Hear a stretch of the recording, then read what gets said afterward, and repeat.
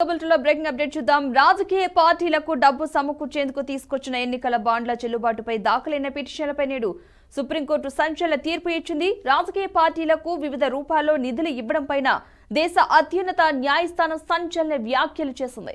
Electoral bonds రాజ్యాంగ విరుద్ధమైన supreme court రాజకీయ పార్టీలకు నిధులు ఇవ్వడం క్విడ్ ప్రోకో కిందకే వస్తుందని అభిప్రాయపడింది. 5 సభ్యుల రాజ్యాంగ ధర్మాసనం ఏకగ్రీవ తీర్పు వెలువరించింది. ఈ అంశానికి సంబంధించి పలు పిటిషన్లపై విచారణ జరిపిన ప్రధాన న్యాయమూర్తి జస్టిస్ డివై చంద్రచూడ్ నేతృత్వంలో రాజ్యాంగ ధర్మాసనం గత ఏడాది నవంబర్ 2న తీర్పును రిజర్వ్ చేసిన సంగతి తెలిసిందే. ఇక అదే సమయంలో షీల్డ్ కవర్లో 2023 సెప్టెంబర్ 30 వరకు ఎలక్టోరల్ బాండ్ల ద్వారా రాజకీయ పార్టీలకు అందిన నిధుల వివరాలు ఇవ్వాలని ఎన్నికల సంఘాన్ని సైతం ఆదేశించింది. అయితే 2024 సార్వత్రిక ఎన్నికల కోసం ఎన్నికల బాండ్లను ప్రారంభించడానికి ముందే ఈ పథకంపై సమగ్ర విచారణ చేయాలని సీనియర్ లాయర్ ప్రశాంత్ భూషణ్ చేసిన విజ్ఞప్తిని సుప్రీంకోర్టు పరిగణలోకి తీసుకుంది. దీంతో ఈ పిటిషన్పై 3 రోజుల పాటు విచారణ చేసిన రాజ్యాంగ ధర్మాసనం నవంబర్ 2వ తేదీన తీర్పు రిజర్వ్ చేస్తున్నట్లు చెప్పింది. ఈ కాన్స్టిట్యూషన్ బెంచ్ లో justice Sanjay Khanna, justice BR Gavai, justice JB Pardiwala, justice Manoj మిశ్రాలు సభ్యులుగా ఉన్నారు. బ్లాక్ మనీ నిర్మూలనకు ఎలక్టోరల్ బాండ్స్ ఒకటే మార్గం కాదన్న సుప్రీంకోర్టు, విరాళాలు ఇచ్చిన వారి వివరాలు రహస్యంగా ఉంచడం తగదని కూడా సుప్రీంకోర్టు పేర్కొంది. రాజకీయ పార్టీలకు డబ్బు సమకూర్చేందుకు తీసుకొచ్చిన ఎన్నికల బాండ్ల చెల్లుబాటుపై దాఖలైన పిటిషన్లపై నేడు సుప్రీంకోర్టు సంచలన తీర్పు ఇచ్చింది. రాజకీయ పార్టీలకు వివిధ రూపాల్లో నిధులు ఇవ్వడం పైన దేశ అత్యున్నత న్యాయస్థానం సంచలన వ్యాఖ్యలు చేసింది. ఎలక్టోరల్ బాండ్స్ రాజ్యాంగ విరుద్ధమన్న సుప్రీంకోర్టు రాజకీయ పార్టీలకు నిధులు ఇవ్వడం క్విడ్ ప్రోకో కిందకే వస్తుందని అభిప్రాయపడింది. మొత్తంగా 5 సభ్యుల రాజ్యాంగ ధర్మాసనం ఏకగ్రీవ తీర్పు వెలువరించింది. ఈ అంశానికి సంబంధించి పలు పిటిషన్లపై విచారణ జరిపిన ప్రధాన న్యాయమూర్తి జస్టిస్ డివై చంద్రచూడ్ నేతృత్వంలో రాజ్యాంగ ధర్మాసనం గత ఏడాది నవంబర్ 2న తీర్పును రిజర్వ్ చేసిన సంగతి తెలిసిందే. అదే సమయంలో షీల్డ్ కవర్లో 2023 సెప్టెంబర్ 30 వరకు ఎలక్టోరల్ బాండ్ల ద్వారా రాజకీయ పార్టీలకు అందిన నిధుల వివరాలు ఇవ్వాలని ఎన్నికల సంఘాన్ని సైతం ఆదేశించింది. అయితే 2024 సార్వత్రిక ఎన్నికల కోసం ఎన్నికల బాండ్లను ప్రారంభించడానికి ముందే ఈ పథకంపై సమగ్ర విచారణ చేయాలని సీనియర్ లాయర్ ప్రశాంత్ భూషణ్ చేసిన విజ్ఞప్తిని సుప్రీంకోర్టు పరిగణలోకి తీసుకుంది. जितने भी इलेक्टोरल बॉन्ड खरीदे गए और जो जमा करे गए पॉलिटिकल पार्टियों ने जो अपने खातों में जमा करे उसका पूरा ब्यौरा स्टेट बैंक ऑफ इंडिया जिसके पास इंफॉर्मेशन है वो इलेक्शन कमीशन को दे और ये पब्लिक वेबसाइट पर डाला जाए जिससे कि जनता को पता लगे कि किसने ये इलेक्टोरल बॉन्ड्स खरीदे और किस पॉलिटिकल पार्टी। और एक दूसरी बात ये है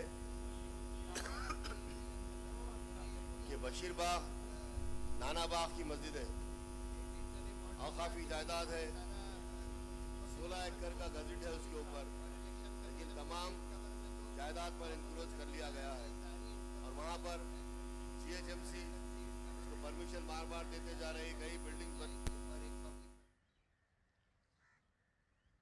Supreme Court has unanimously struck down the electoral bond amendments. Most importantly, before the scheme, the amendments which were the basis of the scheme have been struck down from different enactments like the Income Tax Act, etc.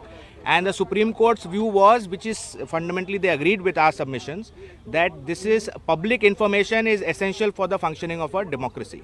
And therefore, the public has a right to know who is funding their political parties. And if the public is denied that right, then that defeats the whole functioning of democracy itself. And therefore, the amendments which were introduced to ensure anonymity of the scheme have been struck down. And based on that, consequently, the scheme itself has been struck down. That's number one. Number two, what was that there was the cap, which was the corporate cap, that even loss-making companies could now donate under the electoral bond scheme without any limit. That also has been struck down because the court was of the view that clearly a loss-making company or unlimited corporate funding is not healthy for a democracy, because those kind of donations will be made only for quid pro quo or to get benefit rather than genuine corporate donations for functioning of a democratic setup. So those were the two big findings, but broadly the Supreme Court has agreed with all our prayers. Electoral బాండ్లపై Supreme Court సంచలన తీర్పు ఇచ్చింది. 5 సభ్యుల రాజ్యాంగ ధర్మాసనం ఏకగ్రీవ తీర్పు ఇచ్చినట్టుగా తెలుస్తోంది. రాజకీయ పార్టీలకు విరాళాలు క్విడ్ ప్రోకో దారికి తీస్తుందని సుప్రీం ధర్మాసనం వెల్లడించింది. ఇదే అంశానికి సంబంధించిన పూర్తి సమాచారాన్ని ఢిల్లీ నుంచి మా ప్రతినిధి అశోక్ అందిస్తారు. అశోక్, ఎలక్టోరల్ బాండ్స్ స్కీమ్ పైన సుప్రీంకోర్టు రాజ్యాంగ ధర్మాసనం సంచలన తీర్పునిచ్చింది. ఏకగ్రీవ తీర్పు వెలువరించిన 5 సభ్యుల రాజ్యాంగ ధర్మాసనం. సో ఈ కేసుకు సంబంధించి వివరాలకు వెళ్తే, గతంలో ఈ రాజకీయ పార్టీలు నిధుల సమకూర్చేందుకు తీసుకొచ్చిన ఎన్నికల బాండ్లు చెల్లుబాటుపై దాఖలైన పిటిషన్ పై ఈరోజు సుప్రీంకోర్టు విచారించింది. సో చీఫ్ జస్టిస్ ప్రధాన న్యాయమూర్తి జస్టిస్ డివై చంద్రచూడ్ నేతృత్వంలో రాజ్యాంగ ధర్మాసనం ఈ గతంలో ఈ కేసు రిజర్వ్ చేసింది. సో ఫీల్డ్ కవర్ లో 2023లో సెప్టెంబర్ లో ఎలక్టోరల్ బాండ్ ద్వారా రాజకీయ పార్టీలకు అందిన నిధుల వివరాలు ఇవ్వాలని గతంలో ఎన్నికల సంఘానికి ఆదేశించింది. సో రాజకీయ పార్టీలకు అందే నిధుల్లో పారదర్శక తీసుకొచ్చే ప్రయత్నంలో భాగంగా కేంద్ర ప్రభుత్వం ఈ పథకాన్ని 2018లో తీసుకొచ్చింది. సో ఈ పథకాన్ని సవాల్ చేస్తూ ఏడీఆర్ కాంగ్రెస్ నాయకులు జయా ఠాగూర్ సిపిఎం మరో పిటిషన్ సుప్రీంకోర్టును ఆశ్రయించారు. సో 2024 సార్వత్రిక ఎన్నికల కోసం ఎన్నికల బాండ్లను ప్రారంభించడానికి ముందే ఈ పథకం సమగ్ర విచారణ అవసరమని అక్టోబర్ లో సీనియర్ న్యాయవాది ప్రశాంత్ భూషణ్ విజ్ఞప్తి చేసింది. సుప్రీంకోర్టు దాని పరిధిలోకి తీసుకుని అక్టోబర్ లో దీని వాదనలు ప్రారంభమయ్యాయి. దాదాపు 3 రోజుల పాటు విచారణ జరిగిన రాజ్యాంగ ధర్మాసనం నవంబర్ 20న రిజర్వ్ చేసింది. దాని తీర్పును ఈ రోజు వెల్లడించింది. సో అందులో ప్రధానంగా చాలా అంశాలు, బ్లాక్ మనీ నిర్మూలన, ఎలక్ట్రల్ ప్లాన్స్ ఒకటే మార్గం, కొన్ని ఎస్బీఐ కూడా కొన్ని కీలక ఆదేశాలు చేసింది.